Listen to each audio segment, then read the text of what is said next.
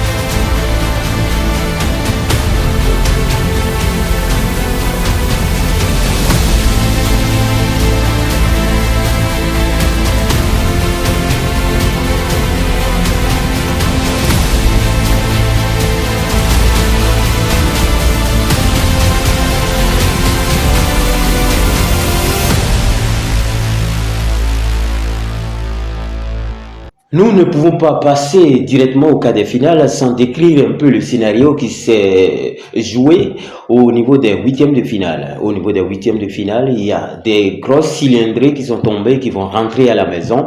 Je veux faire allusion au Portugal, par exemple, de Cristiano Ronaldo. Je veux parler aussi du Brésil, de Vinicius Junior, avec Neymar qui a joué donc son dernier match avec le Brésil.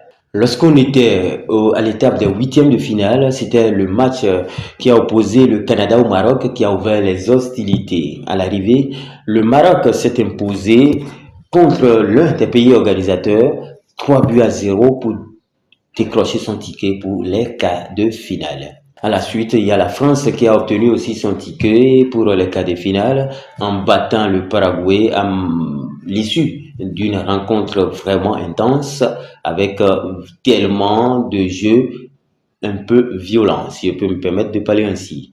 Mais à l'arrivée, c'est Kylian Mbappé qui a transformé le penalty plutôt obtenu dans le jeu pour inscrire l'unique but des Français pour battre le Paraguay. Le Mexique et l'Angleterre. C'est l'Angleterre qui est passée, mais c'était au terme d'un match à rebondissement, un doublé de Jude Bellingham avec un penalty transformé d'Harry Kane. Mais les Mexicains n'avaient pas abdiqué aussi facilement puisque à 2 reprises, ils ont trouvé aussi le chemin des filets.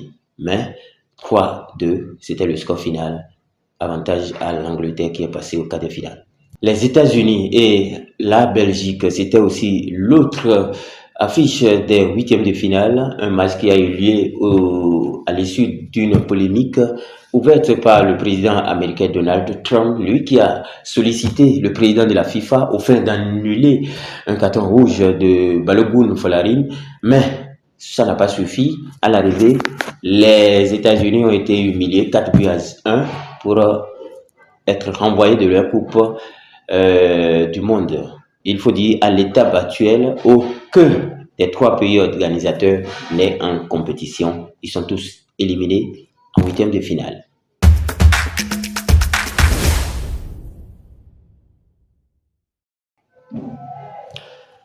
On parle du séisme des huitièmes de finale à présent. Le Brésil rentre à la maison avec Vinicius Junior, avec Neymar. Les Auriverde faisait face à Erling Haaland et la Norvège pour disputer la place en quart de finale, mais à l'arrivée, Erling Haaland a fait tomber tout seul le Brésil puisqu'il a inscrit un doublé pour faire tomber le Brésil. En toute fin de la rencontre, un penalty a été obtenu, mais sans trembler, Neymar Junior l'a transformé, inscrivant ainsi le dernier but pour sa nation, le Brésil, et signant ainsi la fin de sa carrière internationale avec l'équipe brésilienne. Un match attendu, le plus attendu d'ailleurs des huitièmes de finale de la Coupe du Monde 2026, c'était le Portugal contre l'Espagne. D'un côté, on mettait Cristiano Ronaldo. En face, il y avait aussi Lamine Yamal avec sa bande. Mais à l'arrivée, ça s'est joué dans les petits détails. Puisque tenez-vous bien, c'est dans les temps additionnels que l'Espagne a trouvé la faille sur une passe millimétrée du milieu du terrain, les deux nouveaux entrants. Et c'est la faille qui a été trouvée. 1-0. Cristiano Ronaldo éliminé de la Coupe du Monde 2026, qui pourrait être sa dernière Coupe du Monde, parce que l'homme a 41 ans quand même.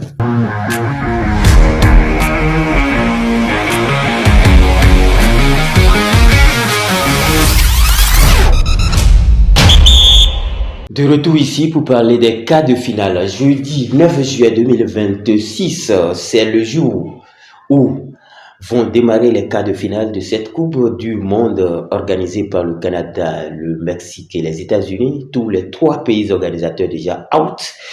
Mais le bal des quarts va s'ouvrir ce 9 juillet, tel que je le dis tantôt, par l'affiche époustouflante France-Maroc.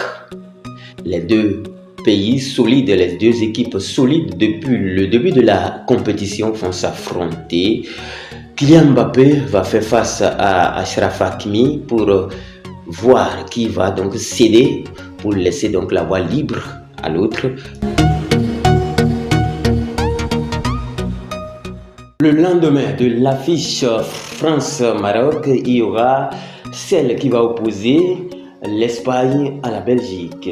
L'Espagne-Belgique, c'est l'autre affiche des quarts de finale. Ça va se dérouler le vendredi 10 juillet 2026. Ce sera donc à 20h, heure de Cotonou, 19h GMT. Si le premier face-à-face a tourné en faveur de Erling Haaland en huitième de finale, je vais parler de face-à-face entre Citizen Erling Haaland et madrilène Vinicius Junior.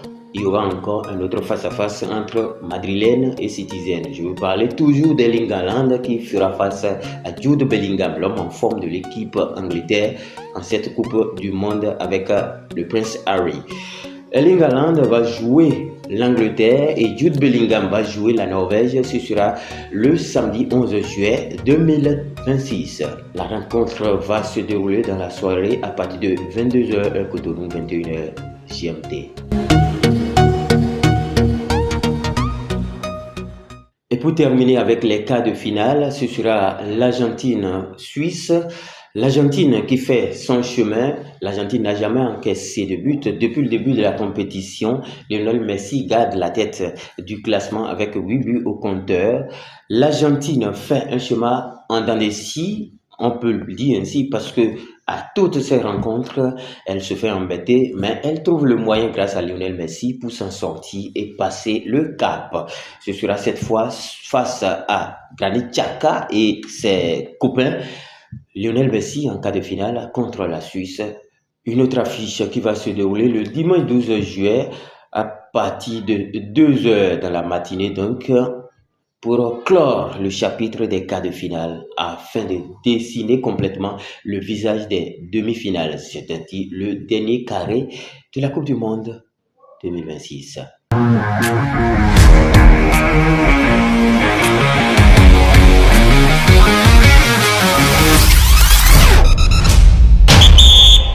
Mesdames et messieurs, chers internautes, c'est déjà la fin de cette émission.